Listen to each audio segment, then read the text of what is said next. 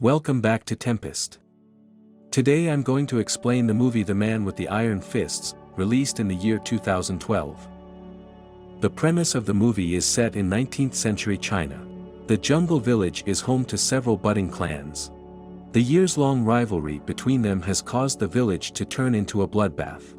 At the beginning of the film, we're introduced to the village's blacksmith, responsible for making deadly weapons for the clans. He doesn't fancy being the root of violence that the clans cause, but he has to earn money for the love of his life, Silk. She is a prostitute at the Pink Blossom brothel. The blacksmith plans to earn enough money to buy her out of the brothel and move to a different town with her. One of the most powerful clans of the village is the Lion clan. The leader Gold Lion and his lieutenants Silver and Bronze are the respected people of the town. One day, the trio is called to the governor's office to be tasked with a special mission. They're asked to protect a large shipment of gold that must pass through the town. Gold Lion is ready to protect the gold with his life, but his lieutenants grow selfish. Wanting to rob the shipment, they betray their leader and kill him. At the same time, Gold's son Zeni is with his girlfriend who he wishes to marry. He's informed about his father's death and has to rush to the village. Before departing, he promises to return after avenging his father's killer. Back in the town, the lieutenants make it seem like Gold's death was the Wolf clan's fault. The members of their clan believe them and appoint Silver as the new leader. As the leader, he plots them against the Wolf clan and encourages them to start a fight. The wolves get a hint of this and prepare themselves for the attack. As the rivalry is triggered, the blacksmith shop is filled with customers of many clans. He prepares weapons for them to fight while staying neutral in the situation. With the news of the gold shipment going around, several dangerous strangers start getting interested in the jungle village. One of such strangers is Jack Knife. He is an undercover emissary sent by the Chang Emperor to keep an eye on the gold. He makes the first stop at the Pink Blossom brothel and meets the owner Blossom. He is welcomed wholeheartedly, but things get intense when a man refuses to let go of a girl that Jack likes. As a result, Jack slices his stomach in half. As everyone watches in shock, he introduces himself and sets his dominance. After the commotion, no one comes in his way and he gets all the girls he wants. In another room, the blacksmith meets Silk and gives her the final payment to free her from the place. Meanwhile, Zeni is getting closer to the village.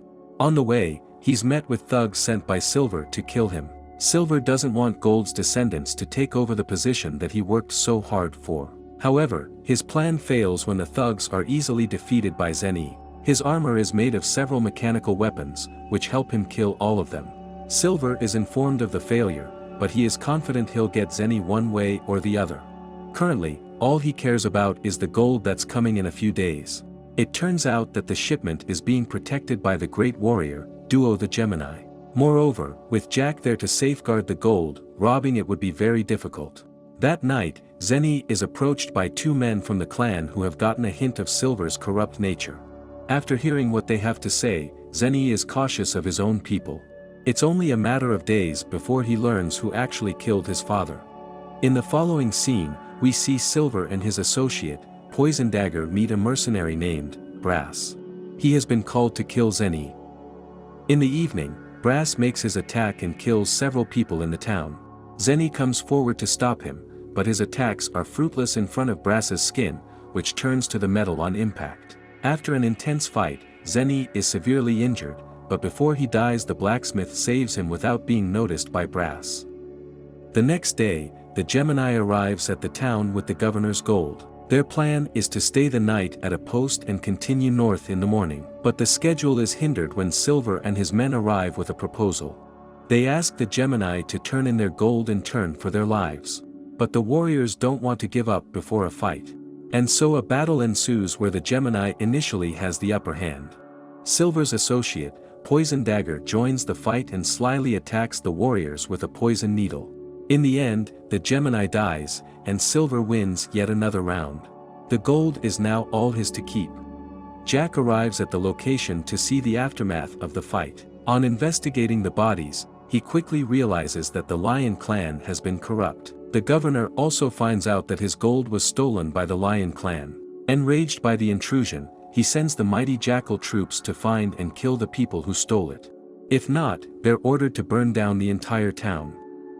Zeni finally gains consciousness after yesterday's fight. The blacksmith decides to help him make a new body armor since the last one was destroyed in the fight. He feels guilty for making the weapon that Gold was killed with. Hence, he wants to do something good by helping his son. However, Silver gets a hint of the blacksmith working day and night making the body armor. Since the armor is Zenny's specialty, it doesn't take him long before discovers the blacksmith is helping Zenny. Silver and Brass take the blacksmith hostage and torture him for Zenny's whereabouts. But the man remains loyal to his friend and doesn't reveal anything. The villains then cut off both of his hands and leave him to die. Jack arrives at his rescue just in time and helps him heal from the injuries. When the blacksmith gains consciousness, he is bandaged and treated with a hot metal rod. After recovering, the blacksmith tells Jack of his past. He used to be an emancipated American slave who was very talented but discriminated against. One day, two white men beat him for fun and he killed one of them. The death was purely accidental, but the other man refused to let go of the matter. As a last resort, the blacksmith fled America by boat and ended up in China. He was saved by Buddhist monks who trained him to use his body's energy to perform superhuman feats. While recovering in bed, the blacksmith remembers all the lessons he was taught by the head monk.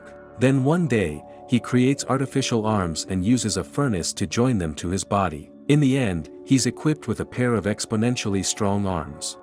He tests them by slamming on a heavy metal body and crashing it into pieces. Everyone who witnesses this is shocked by his perseverance. In the meantime, Zenny recovers quickly under the care of Silk. She tells him about the rumors of the blacksmith's death. After hearing the news, he quickly sets off to look for Silver. At night, Zenny finds Jack and the blacksmith in their hideout. They join hands to end Silver and his rule together. But on the other hand, Silver and Poison Dagger also join hands with the owner of the brothel, Blossom. They decide to hide the gold in a secret chamber inside the brothel and give 3% of it to Blossom in turn for her help. Since the Jackal warriors are arriving in the town in a few days to attack, they have to be extra careful. The gold is stored in a chest, raised up to the rafters in the secret room. Blossom slightly mentions that the room has many traps that will make a man scream if he's not careful. When she's not around, the Poison Dagger shows his face for the first time. He and Silver want to kill every woman in the brothel and betray Blossom to avoid paying her. While they discuss the plan, a little girl overhears them from under a table. She brings the information to Jack, who has befriended the neighborhood kids earlier. Now they know where the gold is hidden, they can outsmart the enemy. Blossom also finds out about the men's tactic to betray her, but she has already prepared herself for it. She walks into the bathhouse full of her employees who she loves dearly. Her presence makes them stop what they're doing, knowing she has something important to say. It turns out that Blossom has prepared the girls for whatever obstacle they face in their work, including self-defense and fighting. When the men of the Lion clan come to the brothel that evening, the girls are ready for them. Each pair goes to their rooms for private time. The ruthless Brass chooses Silk and forcefully brings her to a room.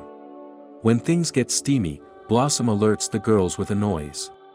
At this very instant, they stab the men with a poison needle hidden in their mouths. Most of Lion's men are dead except for Brass, whose skin armor saves him from the attack. When he senses that Silk is trying to kill him, he beats her up almost to death. Outside, the girls join Blossom as a new group called the Black Widows. They attack the remaining men and fight them. At the same time, the blacksmith arrives and finds the love of his life on the verge of death. She talks to him for the last time before dying in his arms. Somewhere in the tunnels, the little girl leads Zenny and Jack into the brothel's bunker. But before they can get to the gold, they bump into the men from the Lion clan. In the ensuing fight, the blacksmith ends up going one-on-one with Brass. Jack fights the Poison Dagger, while Zenny goes against Silver. Blossom and Bronze also get into an intense battle. Blossom manages to wound Bronze gravely, but is stabbed to death while trying to save a little girl. Both of them die in the end. Jack and Poison Dagger end up in the mechanical room of a clock tower. They fight while dodging the gears, but in the middle of the fight, Poison Dagger is caught in a machine. The gears pull him towards it and crush him, causing his immediate death. In the battle between the blacksmith and Brass, Brass initially wins, but against the blacksmith's new strong hands, Brass's body armor proves to be weak. To make himself stronger, Brass goes into the full armor form but is shattered into pieces. The blacksmith finally avenges the death of his lover. Lastly, Zenny finds Silver in a house of mirrors. Silver has an upper hand, having been accustomed to the place. As the fight proceeds, they end up in the tomb. Zenny is almost defeated, but as a last resort, he cuts the coffin free. It falls and crushes Silver, finally ending his life. Jack runs outside to find the Jackal troop about to ambush the entire town in retaliation to the gold being stolen. He is just in time to stop them from decimating the building. After the chaos ends, Jack leaves the village to accompany the governor's gold, which is finally about to reach the destination it was supposed to. Zenny declares the blacksmith his brother. The system of clans and rivalry between them ends, and peace prevails in the village for the first time. The blacksmith vows to keep the village safe, destroying the sign pointing to his weapon shop. That was all from the video. I hope you liked it. Subscribe for more content like this and hit the like button to help us out. Also, leave a comment if you want us to recap your favorite movie. Until next time. Take care.